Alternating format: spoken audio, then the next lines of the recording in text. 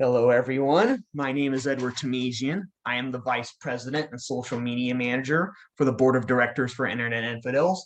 And today, I'm going to be interviewing the legendary Dr. Dominic Crossan, who I've also interviewed already about a couple of months ago. You all should check out our first interview. It was pretty good.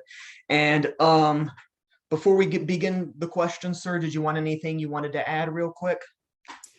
No, just very glad to be back with you again. And I'm glad I'm a legend. I didn't know I was a legend. Oh, of course you're a legend. I think you might have more credentials than NT Wright. I was reading your page, and it was just like you had like all these academic credentials and everything. I was like, oh my goodness, like 2 pages long. That's awesome. I'm going to get it right one of these days. All right.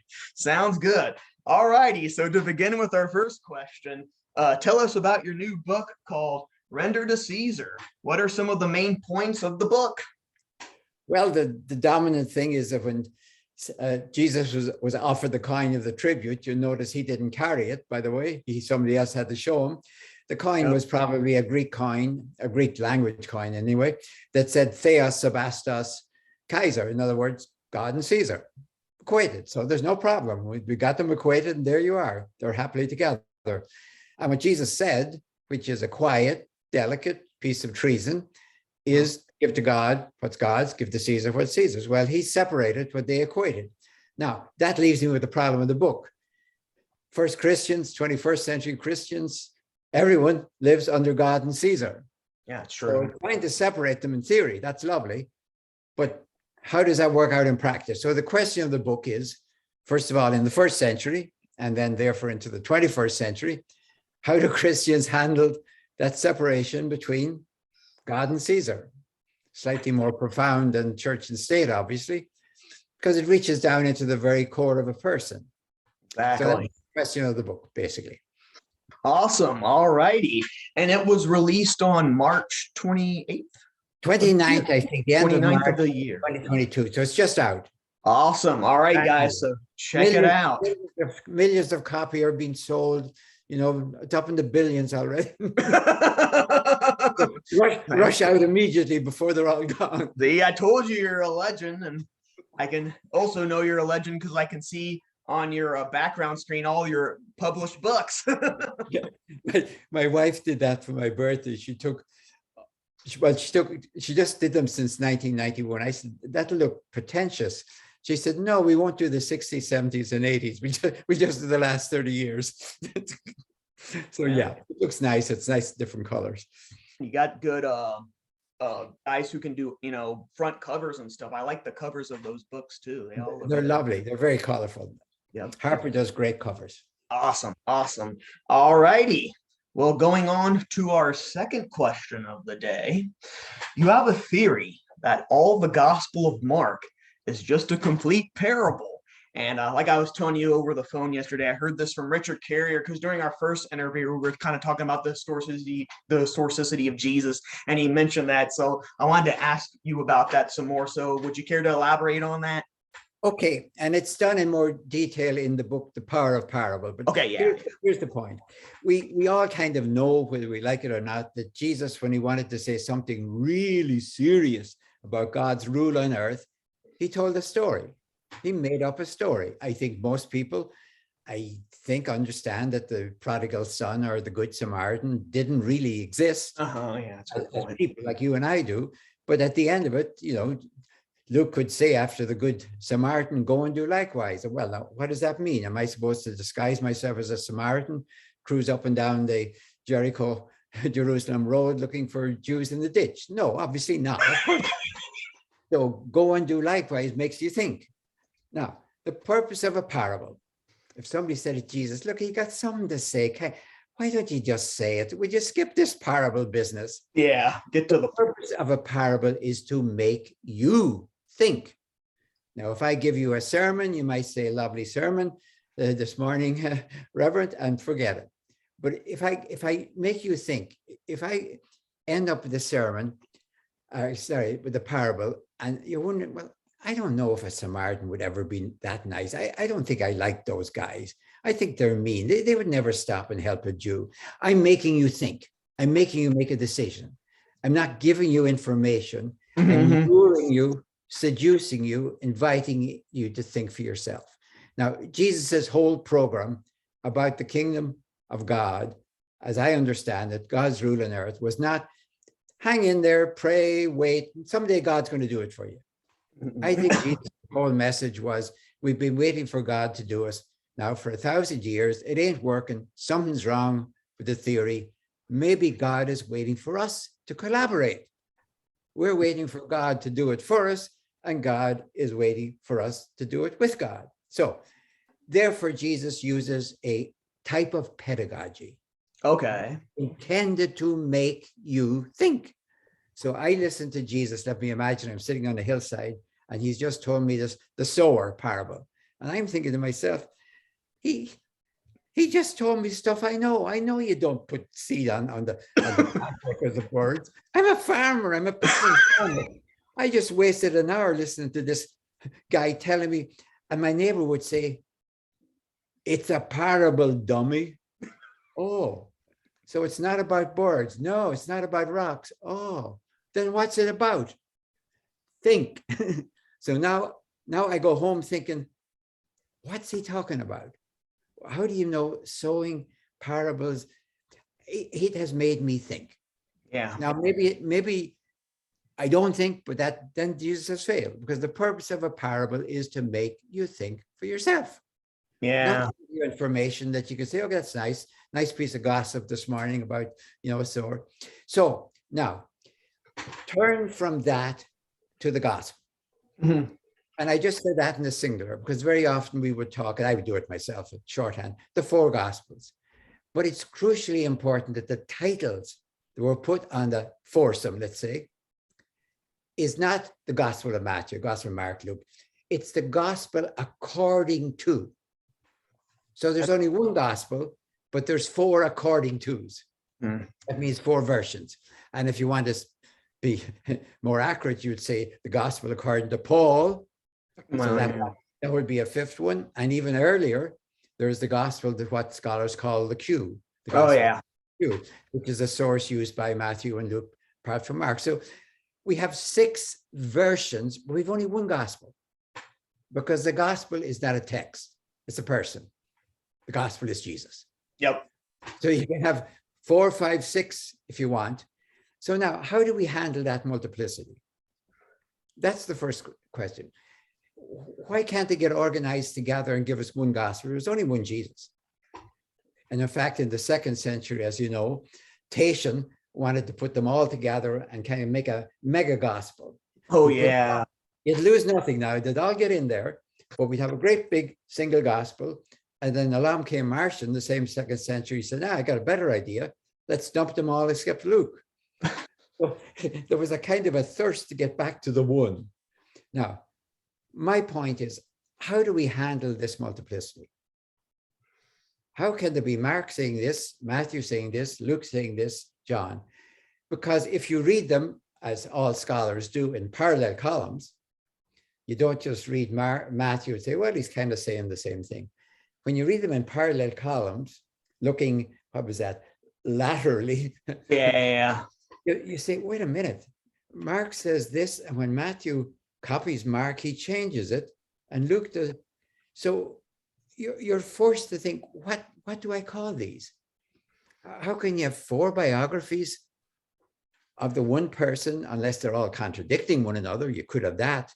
For example, you could have a biography of Tiberius by Paterculus, who thinks he's marvelous and writes accordingly. And you could have another biography by Tacitus, who thinks he's an idiot and writes accordingly. They take the same facts, but now, how should we understand that? Is one of these gospels totally for Jesus? The other totally, no, they're all for Jesus. So they're not like the various ones we have, say, of Caesar or of Tacitus. Yeah. So my idea was, what if they were like parables? Now, immediately, as soon as I say that, somebody would say, wait a minute. We know the prodigal son didn't exist. We know the Good Samaritan didn't exist. But we know Jesus did exist. So how can you have a parable? So in that book, The Power of Parable, I gave an example from Julius Caesar who was a real person, of course. It does. Oh, yeah, he was. Crossing the Rubicon. That is taking his legion into the Italian homeland, as it were, which was, of course, high treason. You don't bring the army home. So he crossed the Rubicon, he crossed the boundaries. And we know that that's kind of a proverb. Crossing the Rubicon means it's going for broke and making your full move. So we have about 7 different accounts of that in various histories, including his own, by the way. Mm-hmm. Oh, nice. He never even bothers mentioning. He didn't think it was important enough. So when you read all of those different accounts, including one that has a demonic figure saying, "Don't cross the Rubicon," and another having an angelic figure saying, "Come, come," I call those parables. They're all talking about the same fact, the same person, the same actual deed, but they're all saying, do we like it? Are we against it? Are we for it? Was it good? Was it bad? They're not myths. I wouldn't call them myths. That makes no sense. I call them parables. Mm-hmm. When I turn to Matthew, Mark, Luke, and John, I would think of them as mega parables about a real person.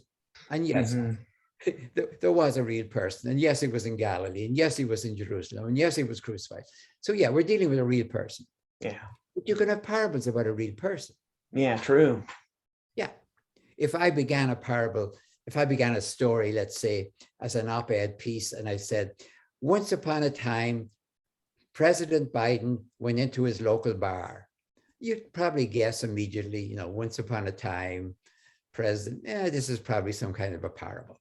Yeah. There's some kind of a point I'm making here by making up a story.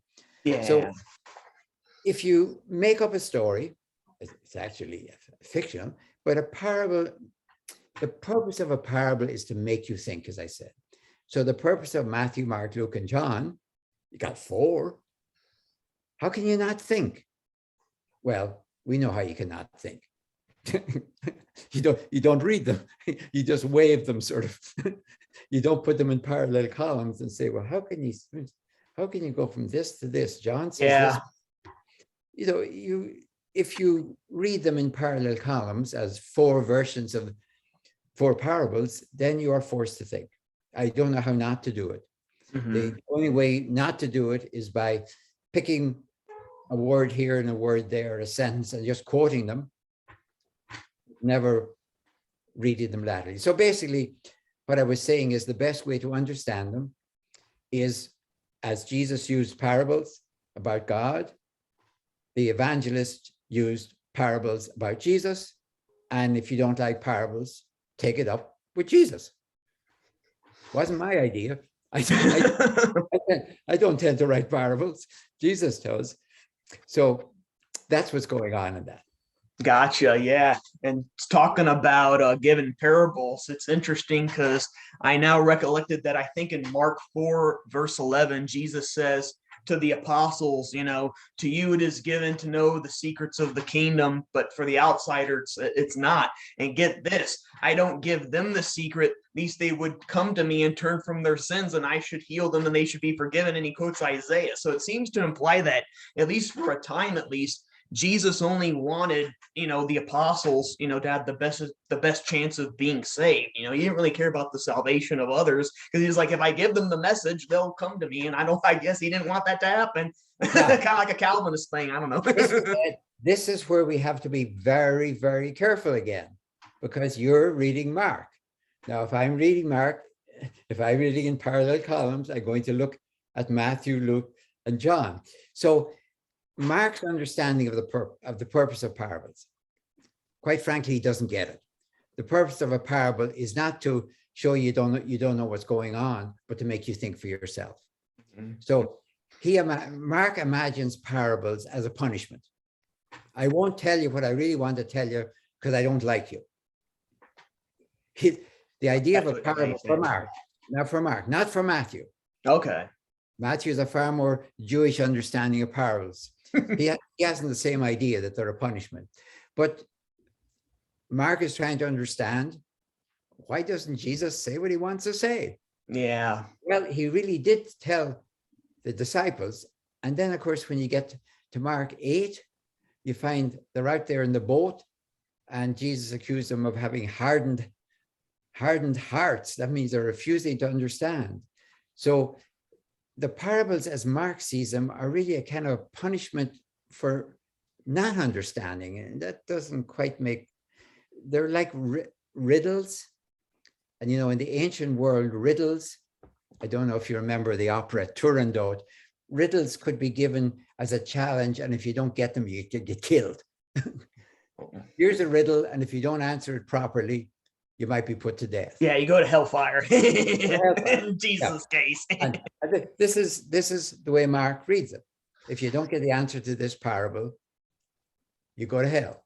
And that's quite in keeping with other riddles. You can see in the book of Judges where Samson plays riddles. Oh, yeah, I remember.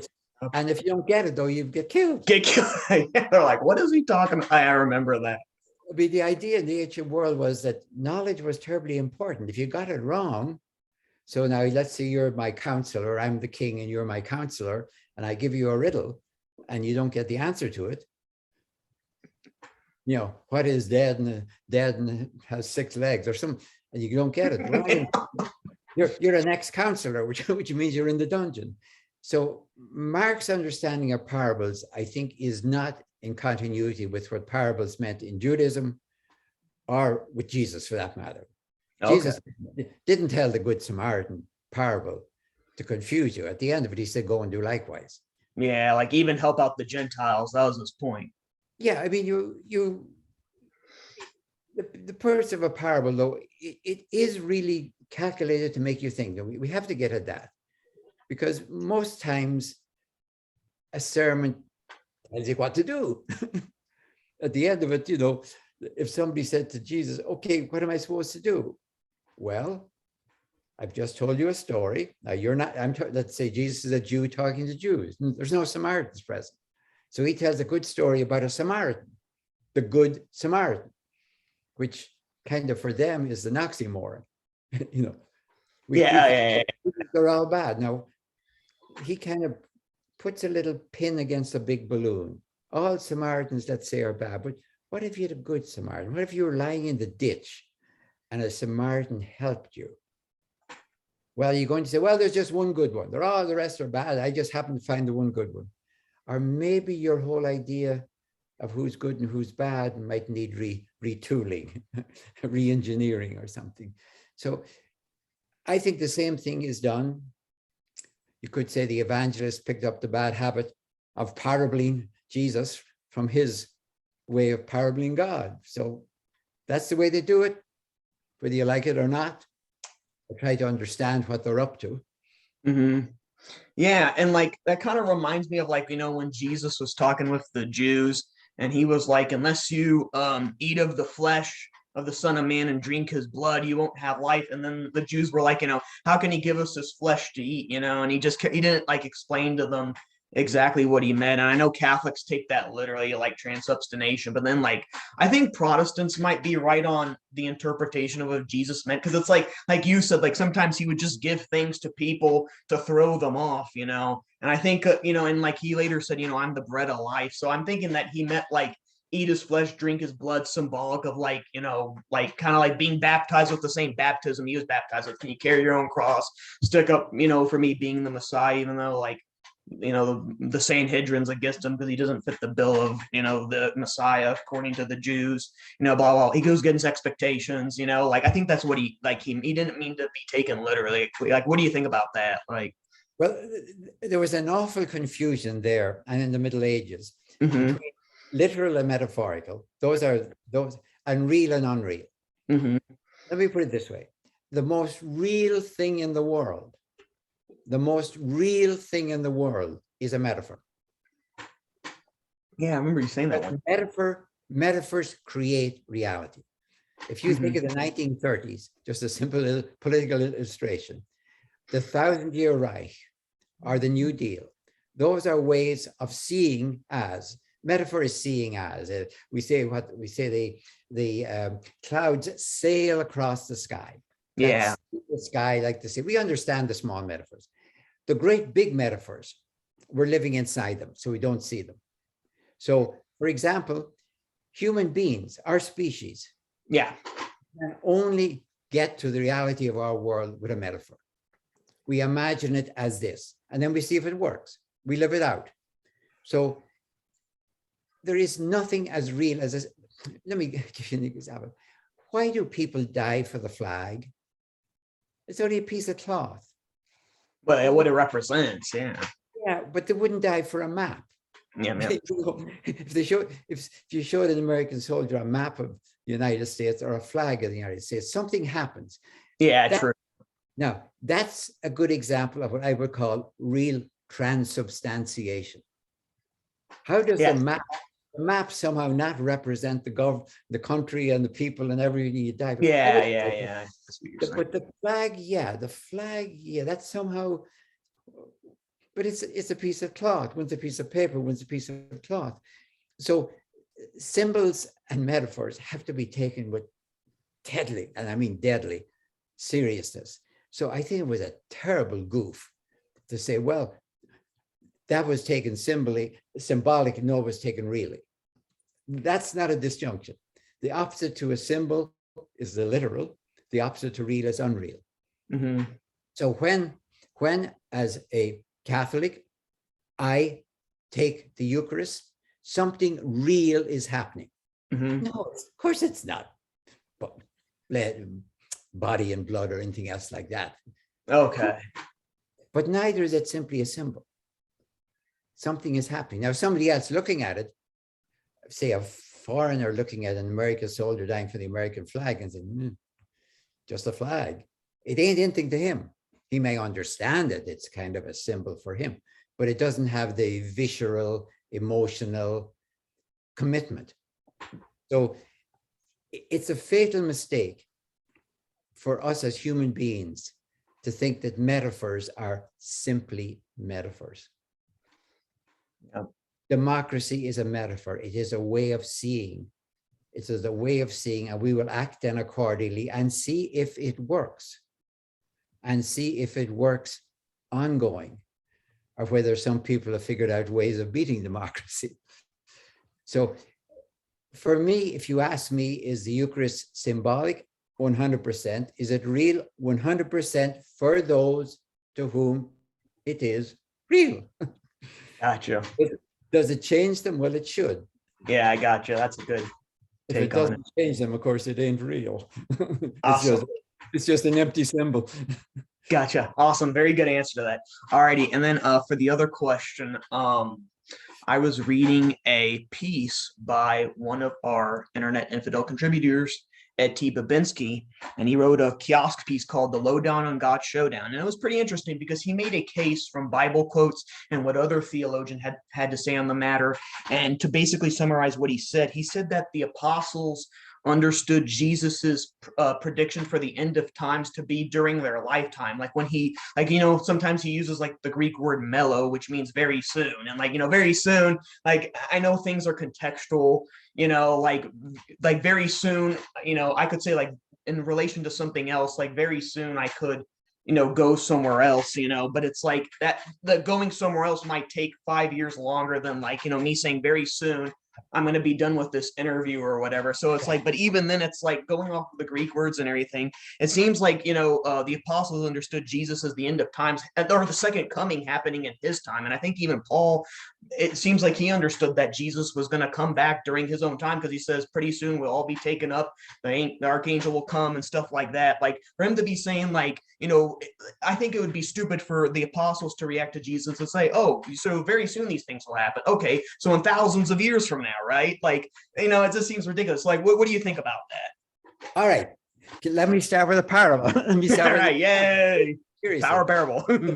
supposing way back in 2019 maybe, a doctor said, let me put it this way. Supposing the president, let's leave out who was president. Supposing the president in 2019 said, we have a pandemic, everyone must wear a mask. And if we all wear a mask, it'll be all over in 3 months. Mm-hmm. Okay, that's what the president said. Everyone in the country wears a mask. They all, do it. Everyone. 3 months, 4 months, 5 months, 6 months. Finally, at the end of, say, a year, let's give it, the pandemic is over. And everyone says the president was wrong. He said it'd be over in 3 months. It took a whole year. Let's fire him and get a new president. But at the end of that period, 19,000 people had died in our country. Mm-hmm. So he was wrong about the time. Of course he was wrong about the time. Absolutely wrong. But maybe there was another country in which the president said, well, I don't think we should wear a mask. It'll just work its way out in about a year. Okay. He herd immunity in a year. And yes, he was right about the time, but let's say 4 million people died. So here, Jesus had a message. Mm-hmm. The message was, as I understand it, you have been waiting for God to come and do it for you. God has been waiting for you to collaborate with God. John the Baptist had said, we're waiting for God, so we're fasting. Jesus said, God's here already, we're feasting. Yeah. That's a different message. Okay. Now, it's controversial. It really is among scholars at the moment. Did Jesus also say, and if we act like this, obviously we'll have a better world and it'll be over soon? Okay. Paul certainly said it. No question about Paul. Scholars all agree with that. Mark said it. I'm tired of arguing whether Jesus said it or not, because it all depends what text you think Jesus said. Yeah. Going back to the Jesus seminar. Yes. Mark 9:1 said, some standing here. So I've given up. Fine. If Jesus said it would be over soon, he was wrong. Get over it, because soon does not stretch for 2,000 years. Not even John of Patmos in Revelation. Soon is relative. You've just said this will be over soon. Well, that's probably within an hour. If you had said to me before we started, we'll be over soon, I'd probably give you an hour. If you went into an hour and a half, I still wouldn't worry about it. You know, by 3 or 4 hours, I would be saying by 1,900 years later, then you'd really be, we'd all be dead. But, you know, you can't really stretch soon, even elastic as it is, beyond a lifetime. I know, because you have to think of, how did the apostles understand it, They were wrong. Anyone in the New Testament, let me put it this way, anyone in the New Testament, including Jesus himself, who said this will be over soon, was wrong. Now, having said that, and by the way, I know lots of scholars who say that, not just fundamentalists, lots of eminent scholars. Yeah. I would then say to them, fine. I won't even argue whether Jesus did or not. Fine. He was wrong about the time, flat wrong. Paul was certainly. Well, why did it hang in there? Mm-hmm. Why didn't people by the end of the first century said, okay, this as soon has gone on enough, let's dump this guy? For the same reason that that doctor I gave you in my parable, people who were wearing masks weren't getting sick, or weren't getting as sick as those who didn't. And yes, they were saying to themselves, he was really wrong about the time, but maybe there was something in that. And maybe the next time it comes around, I'm going for a mask right away. And some people might say, well, I'm kind of old. I think I might wear a mask, if I'm in a big crowd. So you can be wrong about the time without being wrong about your message. That's the crucial question. I don't even want to argue that Jesus really knew it could go on. And maybe he did, maybe he didn't, honestly. Yeah, it's just his human nature. He was limited. I really could be persuaded either way. I really could. In fact, very often I have a feeling, when wars start, to use a more horrible example, we'll be home by Christmas is the usual thing. When the First World War started in August of 1914, we'll be home by Christmas. Yeah, 4 years later. So the point with Jesus is, first, what is the message? What is the timing of the end of the message? Was he right or wrong about that? And I don't even want to argue that, because that gets us off the message. Mm-hmm. It would be like, if I go back to my parable of the masks, and everyone starts arguing, well, I don't know, 3 months. I think it might be 3.5 months. No, it'll probably be 4. No, it'll be 6. Are you wearing the mask? No, I'm arguing about the time. You want to say, will you stop arguing about the time and get your mask on? Because maybe he's right about how we're supposed to live. And I think that's how Christianity, quite frankly, was able to endure, to survive, to continue, when within 100 years, it was clear to everyone who could think, they got the time wrong. And this idea of that soon means 1,000 years or 2,000 years, that's for the literalists, and I leave it to them. Yeah. If they want to play that game, go right ahead. Everyone, soon has been wrong every time it's been predicted to a date, to a specific date. But here's what I really want to say, Ed. Yeah. The function of the argument about time is to obstruct the power of the message. Mm-hmm. Again, with my parable, arguing about the time is probably to avoid yes or no on the mask. The message is what we should be debating. And if you want to, debate that this idea of God's rule is wrong, that's fine. That's absolutely fine. That's a real debate and an honest debate.